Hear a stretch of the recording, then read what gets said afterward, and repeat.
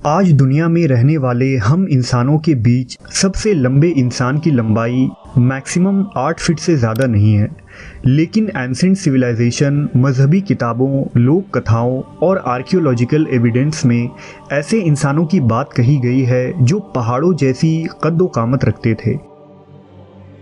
जैसे इस्लाम में औज बिन अनक, जब्बारीन और कौम आद, हिंदू धर्म में राक्षस, असुर और रावण का भाई कुंभकर्ण, क्रिश्चियनिटी में गोलियत और यहूदी मजहब में निफेलियम। जाइंट्स के बारे में सबसे ज़्यादा डिटेल हज़ारों साल पुरानी किताब बुक ऑफ इनॉक में मिलती है। ये किताब स्पेशली जाइंट्स के बारे में लिखी गई है, इसलिए इस किताब को बुक ऑफ जाइंट्स भी कहा जाता है। कुछ लोग इस किताब को बाइबल का हिस्सा मानते हैं, लेकिन बाइबल को छोटा करने के लिए कैथोलिक चर्च ने बाइबल में से इस किताब को निकाल दिया था। इस किताब के अकॉर्डिंग नोहा के ज़माने में आने वाले तूफान से पहले इस ज़मीन पर जाइंट्स रहा करते थे, जिनके हाथों में 24 उंगलियां होती थी और ये कई फीट लंबे होते थे। ये जाइंट्स इंसानों को गुलाम बनाकर उन पर राज करना चाहते थे। जब उन जाइंट्स निफेलियम की आबादी बहुत ज़्यादा बढ़ने लगी तो उनके लिए खाना और पीने का साफ पानी कम पड़ने लगा, जिससे तंग आकर उन जाइंट्स ने जानवरों, इंसानों और एक दूसरों को ही खाना शुरू कर दिया था। जाइंट्स के इस तबाही को देखते हुए यहोवा गॉड ने ज़मीन पर एक बड़ा सैलाब लाने का फैसला किया। तब नोहा ने कश्ती बनाई जिसमें चढ़ने वाले उस सैलाब से बच गए और बाकी तमाम निफेलियम और जाइंट्स उस सैलाब में डूबकर मर गए। एंशिएंट सिविलाइजेशन में जाइंट्स का पहला जिक्र यूनानी लोक कथाओं में किया गया है। कहते हैं कि हजारों साल पहले जमीन की देवी गाया ने जाइंट्स और साइक्लोप्स को जन्म दिया था, जो कद में इंसानों से दुगने और तिगने होते थे और उनके माथे पर भी एक आंख होती थी। उन जाइंट्स ने टाइटन्स और ओलंपियन के बीच लड़ने वाले जंगों में भी हिस्सा लिया था। इन जाइंट्स और साइक्लोप्स के एग्जिस्टेंस के बारे में होमर ने भी अपनी किताब द ओडेसी में काफ़ी कुछ लिखा है। ये साइक्लोप्स काफ़ी ताकतवर और बड़े सर वाले और लड़ाकू हुआ करते थे। होमर और दूसरे ग्रीक ऑथर्स ने अपनी इंस्क्रिप्शन में 70 ऐसे जाइंट्स के नाम लिखे हैं जो हजारों साल पहले ज़मीन पर राज किया करते थे। कहते हैं कि 2000 साल पहले माउंट एटना और माउंट वेसुवियस के फटने वाले वॉल्केनो की वजह से उन जाइंट्स और साइक्लोप्स का ज़मीन से सफाया हो गया था। लेकिन आज ग्रीक आर्ट और लिटरेचर में जाइंट्स के बारे में मिलने वाले इतने सारे एविडेंस और बातें इंसानियत को सोचने पर मजबूर कर देती है कि क्या इंसानी सभ्यता से पहले भी इस ज़मीन पर जाइंट्स का राज था। तोरा के बुक ऑफ नंबर में बताया गया है कि मोजेस जब इसराइलियों को लेकर नॉर्थन सीरिया के इलाके में पहुंचे तो उनका सामना ऐसे लोगों से हुआ था जो काफ़ी लंबे और मजबूत थे। उन्हें अमालका या जिबर कहा जाता था। उनके सामने इसराइली खुद को छोटे कीड़े मकोड़ों की तरह महसूस करने लगे थे।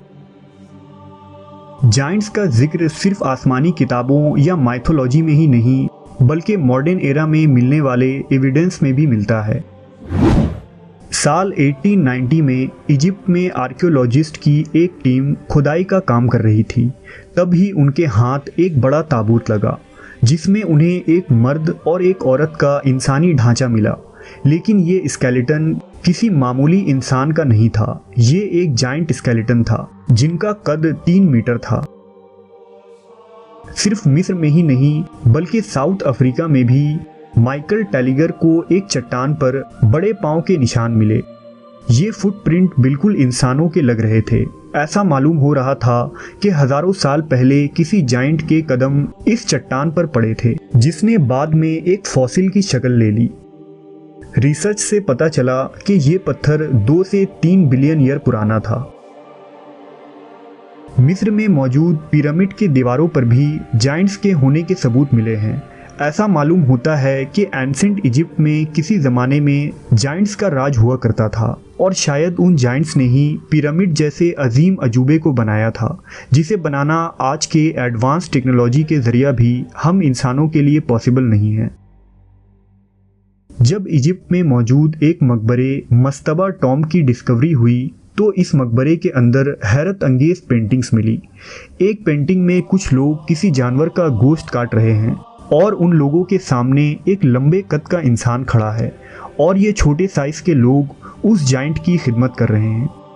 मस्ताबा टॉम के अंदर ऐसी कई तस्वीरें हैं जिसमें साफ देखा जा सकता है कि छोटे साइज के लोग बड़े और लंबे कद के लोगों के लिए काम कर रहे हैं। इसी तरह हिस्ट्री टीवी पर search for the lost giant के नाम से एक डॉक्यूमेंट्री को ब्रॉडकास्ट किया गया था। इस डॉक्यूमेंट्री के मेकिंग के दौरान एक्सपर्ट्स को नेटिव एरिया से एक बड़ा दांत मिला था। ये दांत किसी जानवर का नहीं बल्कि किसी लंबे चौड़े इंसान का था। ये दांत इतना बड़ा था कि अंदाजे के हिसाब से उस इंसान का कद करीब 3 मीटर लंबा होगा। साल 2002 में जब यूएस मिलिट्री अफगानिस्तान में सर्च ऑपरेशन चला रही थी तब एक दिन अचानक एक पूरी की पूरी आर्मी स्क्वाड गायब हो गई। ये वाकया कंधार के पहाड़ों में हुआ था। इस हादसे के फौरन बाद एक स्पेशल टास्क फोर्स तैयार की गई जिनका काम उस स्क्वाड का पता लगाना था। इस फोर्स के सिपाही कंधार के उस इलाके में पहुंचे और पहाड़ों की तरफ बढ़ने लगे। काफ़ी देर तक सर्च करने के बाद भी उन्हें कोई सुराग नहीं मिला। जब ये फोर्स एक रास्ते के जरिया पहाड़ के ऊपर गए तो ऊपर उन्हें बहुत सारी इंसानी हड्डियां मिली जो ऊपर मौजूद एक गार के बाहर पड़ा था। उन्हें शक था कि ये किसी दरिंदे या जानवर का काम है जो इस केव के अंदर छुपा होगा। अब वो लोग ध्यान से आगे बढ़ने लगे। तभी एक सिपाही ने देखा कि गुफा के अंदर से एक आवाज़ आई और अचानक अंदर से एक 15 फुट इंसान बाहर आया जिसके लंबे लाल बाल थे और उसकी दाढ़ी भी लाल रंग की थी। वो जानवरों की खाल पहने हुए था और खौफनाक आवाज़ों से दहाड़ रहा था। उसके हाथों में एक बड़ा सा भाला था जिसे उसने डैन नाम के एक सोल्जर के आर पार करके उसे हवा में उठा दिया और दूसरे सोल्जर्स की तरफ बढ़ने लगा। उन सोल्जर्स ने अंधाधुंध फायरिंग शुरू कर दी और उसकी खोपड़ी पर गोली लगते ही वो जमीन पर गिर पड़ा। जब सोल्जर्स ने उस जायंट को चेक किया तो वो अब मर चुका था। उन सिपाहियों ने बाद में आर्मी बेस से कांटेक्ट किया। वहां 2 हेलीकॉप्टर मंगवाए गए और एक नेट के जरिया उसे वहां से ले जाया गया। आर्मी चीफ ने उन सिपाहियों के बयान लिए और इस फाइल को वहीं बंद कर दिया जिसे सालों तक खुफिया रखा गया। लेकिन साल 2016 में इस टीम के एक सोल्जर ने सामने आकर इस सीक्रेट को दुनिया के सामने रखा। बाद में उस हेलीकॉप्टर के पायलट ने भी मीडिया को बताया कि उस जहाज में 12 से 15 फीट लंबा जायंट को ले जाया जा रहा था जिसके बाल लाल रंग के थे।